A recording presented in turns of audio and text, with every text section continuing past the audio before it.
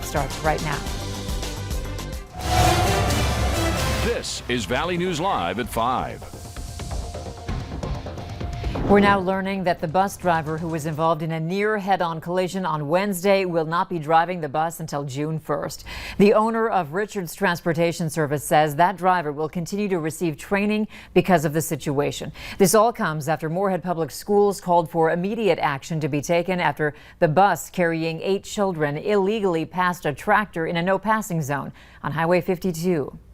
So far today, a break from the rain, but our storm team is closely watching for anything that might pop up overnight and also this weekend.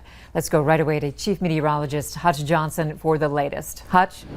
Thanks, Andrea. Good evening, everyone. As we head into our late day, we have warm temperatures to the south end, while it's cooler up north. And for many of you in areas of recent rainfall, you started the day with a bank of clouds and fog that took till between 8 and 11 to really kind of evaporate out there. Some remnant showers and rumbles of thunder moving over Lake of the Woods. These extend southward through parts of Beltrami County and toward the Thief River Falls area as we take you in a little bit closer. So passing thunder showers in north central Minnesota, but the rest of us quieting down. Take a look at the temperature spread. Blue temperatures in the 40s, not too far out of our viewing area, and it is in the mid and even upper 80s near the South Dakota border. It's going to remain hot, cloudy, and a little on the breezy side in Fargo this evening, 70s on the way.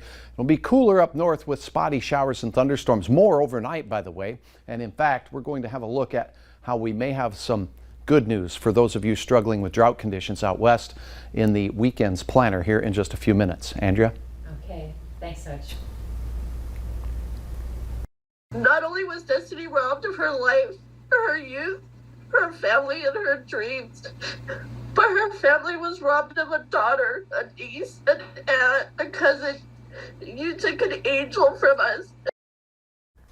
Emotional words from the mother of Destiny Avery this morning as the case against the Moorhead man accused of murdering, dismembering, and throwing away the body of her 19-year-old daughter last spring is now over. Ethan Broad is convicted of second-degree murder and will spend just over 30 years in prison, which is the maximum sentence allowed by law for his charges.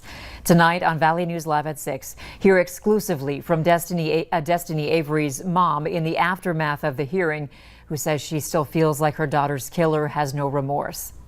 A Jamestown man is behind bars after court documents state he sexually abused a teenager for more than a year. Isaiah Jung is charged with 5 counts of gross sexual imposition, continuous abuse of a child, and child neglect. Documents state he began abusing a 15-year-old in March of 2020, and it continued until April of 2021. If convicted, he faces life in prison. We are learning more about the case of a former Minnesota officer charged in the death of Daunte Wright. Minnesota Attorney General Keith Ellison announced today that he will lead the prosecution of the former Brooklyn Center police officer. Kim Potter fatally shot 20-year-old Daunte Wright during a traffic stop last month. The city's police chief, who has since stepped down, says he believes Potter meant to use her taser instead of a handgun. The case was handed off to the Attorney General's office after Washington County Attorney Pete Orput left the case. Orput came under intense pressure from activists after only charging Potter with manslaughter. Area public school students may have the option of learning virtually next school year. The Mandan School District just voted to keep the virtual option for the fall, so we reached out to local districts to learn their plans. Fargo Public Schools will not be offering a virtual option, but they are exploring a partnership with the North Dakota Center for Distance Education for families who may need it. West Fargo Public Schools will be exploring the option on Monday during their school board meeting.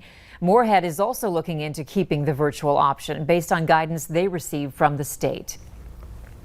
The Holiday Convenience Store on 52nd Avenue posted signs saying customers and employees who are vaccinated no longer have to wear a mask while in the store. But how are they supposed to know who is vaccinated and who isn't? The owner of the store, Ben Woodside, says his Holiday store is not asking for proof of vaccination. We're just trusting people. We're not asking, their health or personal information.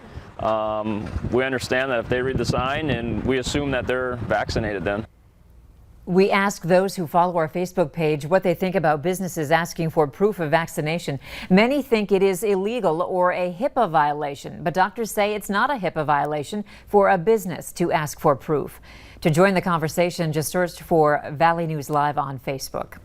There's now an online form for Clay County residents to submit their vaccine information. Clay County Public Health is requesting information from those who received their vaccine from a pharmacy out of state or from the Fargo VA. CCPH wants the information so Minnesota residents who got the vaccine elsewhere are recorded in the state's vaccine registry. To see how you can submit your information, go to our website, valleynewslive.com. Minnesota's governor and U.S. senators visited the Minneapolis VA today to speak on veteran suicide prevention. Governor Tim Walz said they cannot rest until every veteran gets the mental health care and support they need. And the VA secretary said suicides are a national tragedy and it takes an entire community to help prevent them. We see here manifest the three core truths of suicide prevention. One, that suicide is preventable. Two, that it will require a public health approach to prevent suicide. And three, that it takes all of us, not just veterans, not just the VA, but the whole community, the whole state, to ensure that we prevent suicide. The Minneapolis VA is also credited for vaccinating a large number of veterans against COVID-19. It's an exciting day for people living in the Wadena, Minnesota area. Tri-County Healthcare broke ground on a new hospital and clinic on the western edge of the city. Patients will now have a rehab center, large exam rooms, and an air filtration system designed to fight airborne viruses like COVID-19. Construction of the $72 million project should be complete by 2023. You may have noticed your grocery bill is a little more expensive than usual. It's because North Dakota is experiencing slight inflation along with every other state. There are a variety of things contributing to the rise in prices. Those include supply chain problems, federal inflows of money, and global trade dynamic that were impacted by COVID-19. State Commerce Commissioner says the biggest inflation can be seen in the housing market, supermarkets, and retail. Although we're experiencing inflation, it's unclear if this will lead to longer-term inflation like back in the 70s or if it will return back to normal at 1 to 2% a year.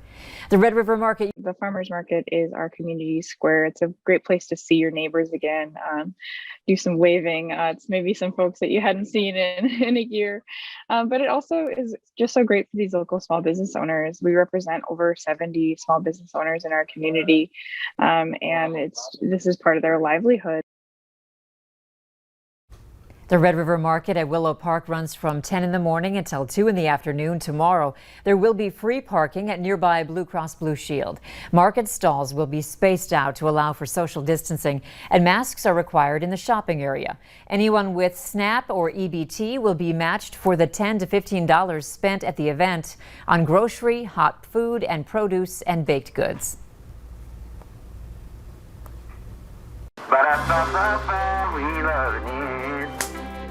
Still to come, fans who eat at one Minnesota McDonald's are feasting on positivity and songs thanks to a drive-through worker. We've got this special kind of service coming up.